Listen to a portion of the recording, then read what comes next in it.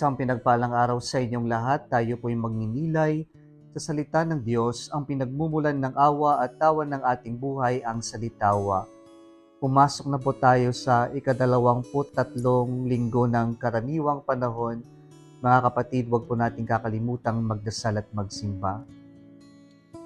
Sa panahon po natin ngayon, kadalasan ang mga problema natin na hindi tayo nagkakaintindihan o nagkakaunawaan ay dahil hindi na tayo marunong makinig. Kadalasan po mas gusto natin tayo yung nagsasalita, tayo yung pinapakinggan, kaysa naman yung tayo yung nakikinig at umuunawa sa ating kapwa-tao. Nang dahil po hindi na tayo marunong makinig, hindi tayo bukas na pakinggan at unawain ang sinasabi ng ating kapwa-tao, nagkakaroon po ng hindi pagkakaunawaan o pagkakaintindihan sa ating mga ugnayan. Mga kapatid, sa ating ebanghelyo ngayon, napakinggan po natin ang pagpapagaling ng ating Panginoong Jesucristo sa isang may kapansanan, at ang kapansanan niya ay bingi at pipi.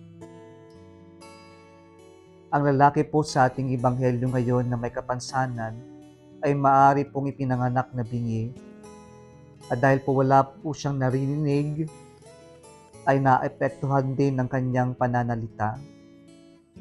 Maganda po na sa pagtatagpo ng lalaking may kapansanan at ang ating Panginoong Jesucristo, ito po ay nangyari nang dalhin ng mga tao ang lalaking ito palapit sa Diyos. At bakit po inilapit? Sapagkat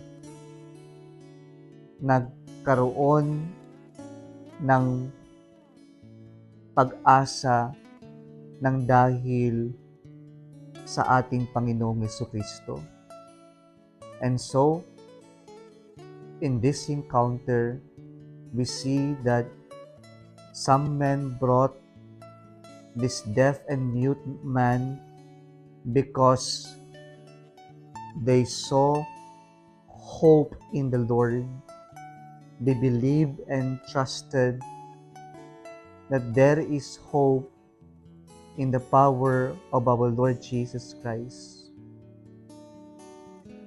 Kaya po sana itong ebanghelyong ito ay bigyan tayo ng inspirasyon na kahit po ano ang kalagayan natin sa buhay at kahit na gaano pa ito kahirap, kung mayroon tayong pananalig at pagtitiwala sa Diyos, mayroon pa ring pag-asa. Ano man ang nakaraan natin, ano man ang kahinaan natin, may pag-asa kapag sa Diyos tayo kumapit at lumapit. Maganda po na sana gaya ng mga naging instrumento na may lapit itong may kapansanan sa ating Panginoon at mapagaling, ito nawa ang ating maging misyon, na maging instrumento rin tayo na mapalapit at mapagaling ang ating kapwa-tao sa ating Diyos. Kaya po nung inilapit, kakaiba po na parang may ritual na ginawa ang ating Panginoon. Kadalasan, right there and then, Jesus would heal a sick person. Pero ngayon po, ang ginawa ng Panginoon, itinabi niya yung may kapansanan, hinawakan ng tenga, nilagyan ng laway ang kanyang bibig, at sinabing, Epata, nang ibig sabihin, be open. Mapapansin natin mga kapatid, ang una pong binuksan ng Diyos ay ang pandinig. Maganda na sa ating pagninilay ngayon, makita natin ang kahalagahan ng pakikinig. Maaring naririnig natin ang sinasabi ng ibang tao, pero hindi naman natin ito pinakikinggan. Ang salitang binitawan ni Jesus na epata ay ang pagbubukas ng ating tenga na makinig sa Diyos, ang pagbubukas ng ating puso sa Diyos. Nawa makita natin na sa pakikinig ay ating inuunawa kung ano yung mensahe at ating itong sinasa puso at ginagawa. Pero mayroon pong problema sa ating pakikinig ngayon na tinatawag na selective hearing. Nang ibig sabihin nito, pinapakinggan lang natin yung gusto nating pakinggan. Pinapakinggan lang natin yung gusto natin na pakinggan o kaya naman yung sa palagay natin ay makakatulong sa atin. Pero kapag hindi tayo komportable, kapag ayaw natin yung mensahe, tayo po ay nagbibingi-bigihan o ayaw nating pakinggan.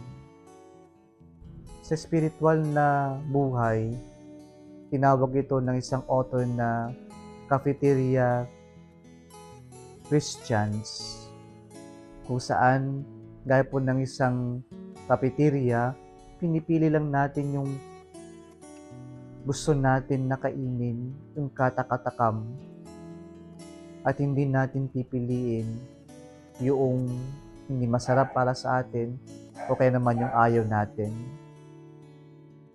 Kaya marami sa atin ang tila bingi sa espiritual na buhay sapagkat kapag ang turo ng Diyos ay salungat sa pamumuhay natin, marami sa atin ang nagiging mga bingi. Kaya po sa araw na ito, nawa tanggapin natin ang healing power of Jesus Christ sa kanyang salitang epata. Nabuksan niya rin ang ating tenga, ang ating mga bibig, na makinig sa salita ng Diyos gaano man ito kahirap o kabigat at ipahayag ang mabuting balitang ating napakinggan. But more than just the physical openness or healing, let us allow Jesus to heal us from our spiritual and moral sickness or deafness, kung saan po ay nagiging bingi tayo sapagkat hindi na tayo matutong magpatawad sa ating kapwa-tao. Nagiging bingi na tayo sapagkat mas mabilis na tayong humusga, manira ng ibang tao kaysa sa iyong pakinggan yung kanyang kwento at unawain ito. May the Lord Jesus Christ come to us and heal our brokenness, heal our physical illness, more so our spiritual illness. Kung nagustuhan mo ang video na ito, huwag kalimutang mag-like, i-share at mag-subscribe sa Salitawa Facebook page and YouTube channel. Muli isang pinagpalang araw sa inyong lahat.